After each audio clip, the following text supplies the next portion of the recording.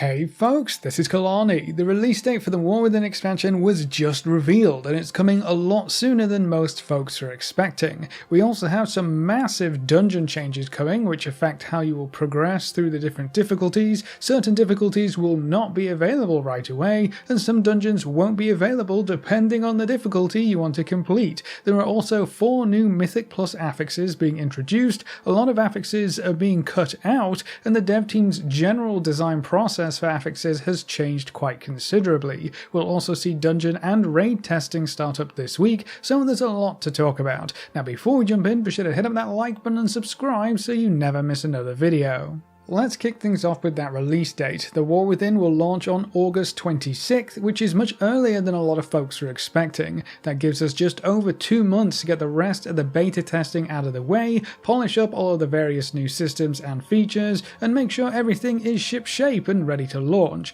That is not a lot of time, especially when you consider that the beta just and so started, so I guess it's crunch time when it comes to the testing cycle specifically. It also feels like this release date is being announced kind of early, which I am definitely a fan of. It gives us time to get everything lined up, get our end of expansion stuff wrapped up for Dragonflight, and we can start to make plans for the expansion launch. That's not the only new info we have. We also have a little roadmap for when other big milestones will happen surrounding the expansion's launch. So obviously we're currently in beta, then the early access for the expansion starts up on August 22nd, so that's when the pre-order folk get to play, which still feels a bit weird, seeing a good chunk of the player base head over to Dawn while everyone else has to stay behind. Definitely isn't going to feel great, especially in an MMO. It's also worth noting that this will be 4 days head start, not the 3 days that was previously advertised, so the early access folks get in even earlier. Now the real launch is set for August 26th, and then we already have a date for Season 1 of the War Within as well. That will kick off on September 10th. So that gives us 2 weeks at the start of the expansion to get leveled up, maybe get some alts ready, get some initial gear under our belts, and get all of our ducks in a row before we head into the new season, which is where we'll find the new raid, the mythic dungeon system, and of course rated PvP. Curiously, we don't have any information about Prepatch just yet that I have seen. I would have expected it to line up somewhat with the Mists of Pandaria event ending, but the Remix event runs until August 19th, which is just before the early access for the War Within begins.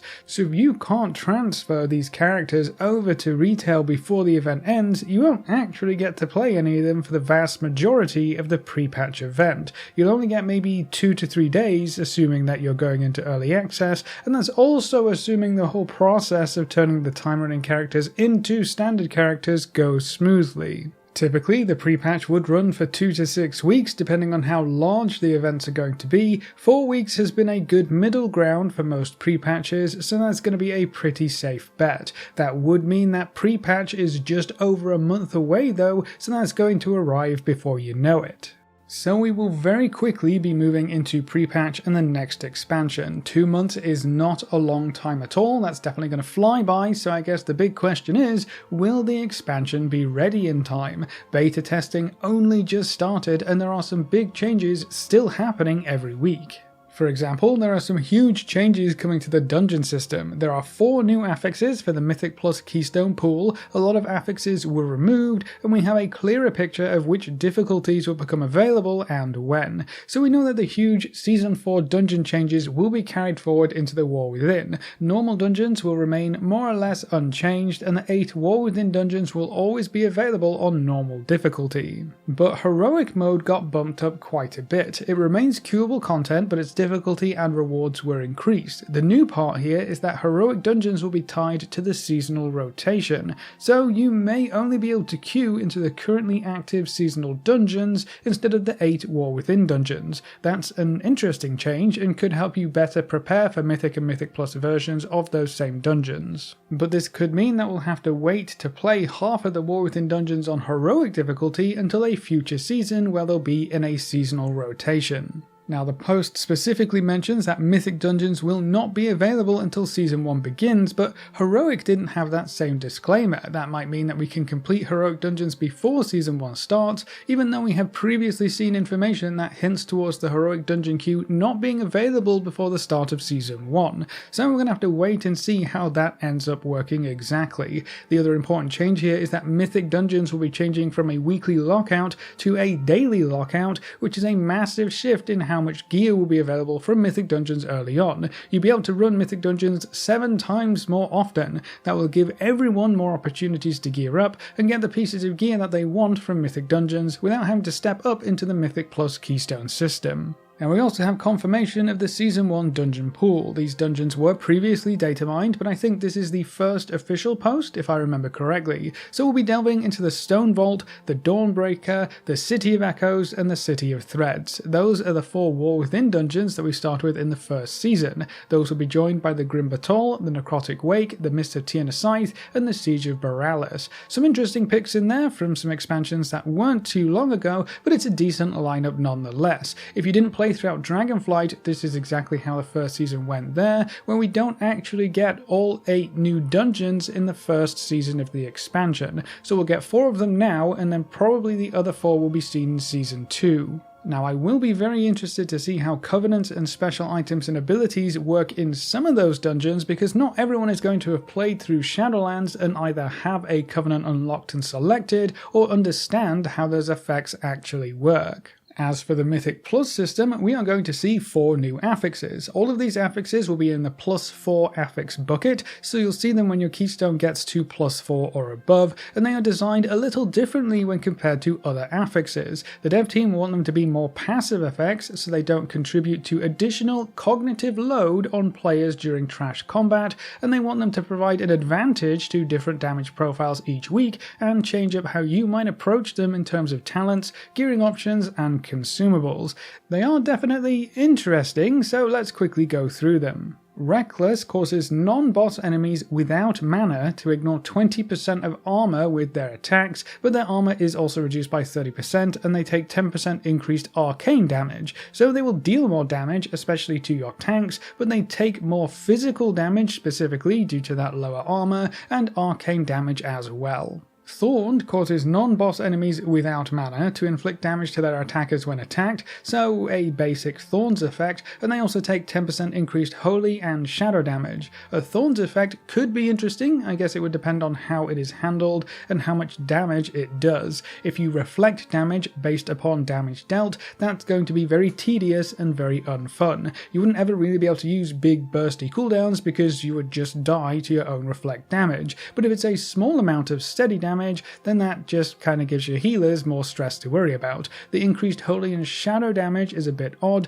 because that only applies to a very limited handful of classes or specs. Attuned gives non-boss enemies with mana a 20% magic damage buff, but they take 10% increased damage from nature effects and 30% increased damage from bleeds. This is probably the least interesting one to me. It just makes caster mobs deal more damage, which could end up being a massive problem if the caster mobs are mini-bosses and cannot be interrupted, or there's a large amount of AoE damage that suddenly just hits like a truck. And then Focused gives non-boss enemies with mana, so basically casters, a 30% haste buff, but they take 10% increased fire and frost damage. These are all basically passive kiss curse effects. Something gets harder, something gets easier. They're actually pretty good in terms of general design, but they have some major flaws as they are right now. To start with, it's a bit ambiguous about which enemies will benefit from the curse effects. Just mana or non-mana non-boss enemies assumes every trash mob will be affected one way or another, but that's going to be drastically different depending on the dungeon and its trash. Some affixes could make one dungeon super hard,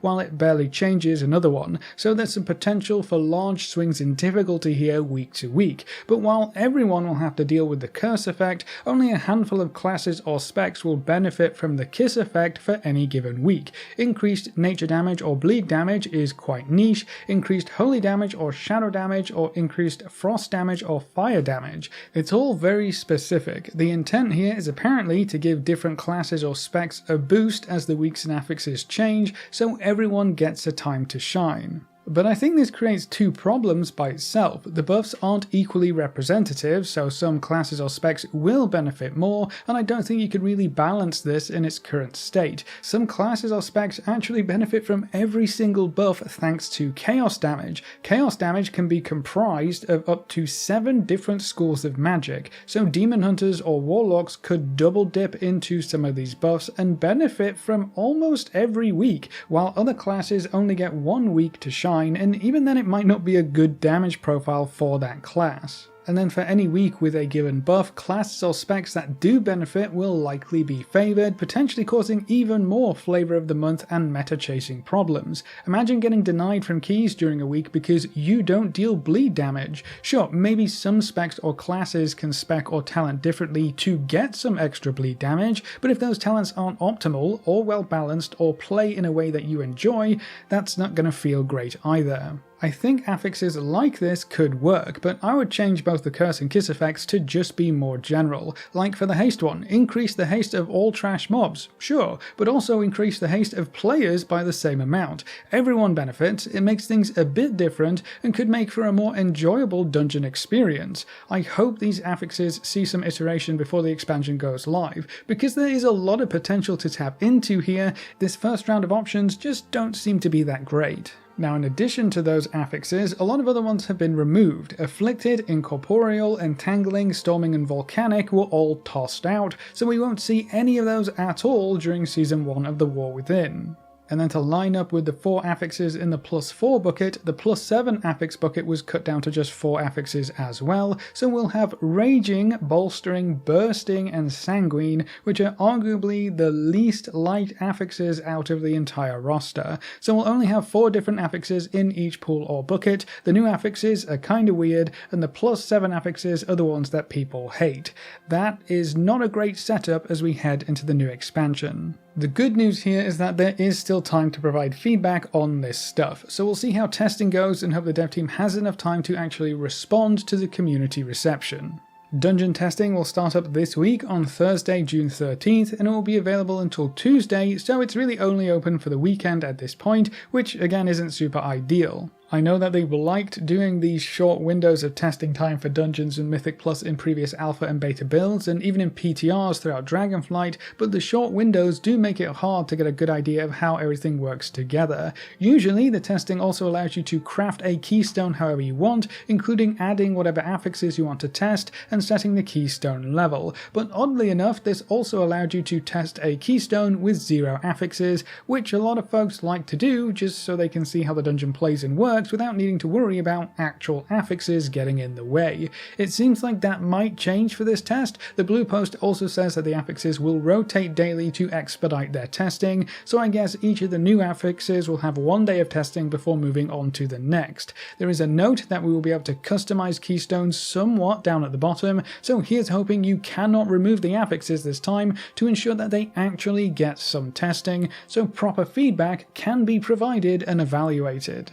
That's not the only major endgame testing starting up this week. Raid testing also starts on the same Thursday. Initially, this testing schedule was very compacted, testing the entire raid's worth of bosses on Heroic in 1 week, and then everything on Mythic the week after that, but the dev team may have thought that was too much, because they've updated the schedule quite quickly to spread things out. The raid is going to have 8 bosses, and as with every raid in Dragonflight, we will not see the final boss in any kind of public testing to keep that fight a bit of a secret and a surprise for when raiders get there in the actual expansion, which I still think is a great idea and was done very well throughout Dragonflight. It meant we always had something new and exciting waiting for us at the end, and made the races to World First more interesting in my opinion. So on June 13th, we'll see the first raid bosses come up for testing. We'll see 2 bosses on that Thursday. On Friday, we'll see 3 bosses get tested on Heroic mode. And then 2 weeks after that, on June 27th, the last 2 Heroic bosses will get tested.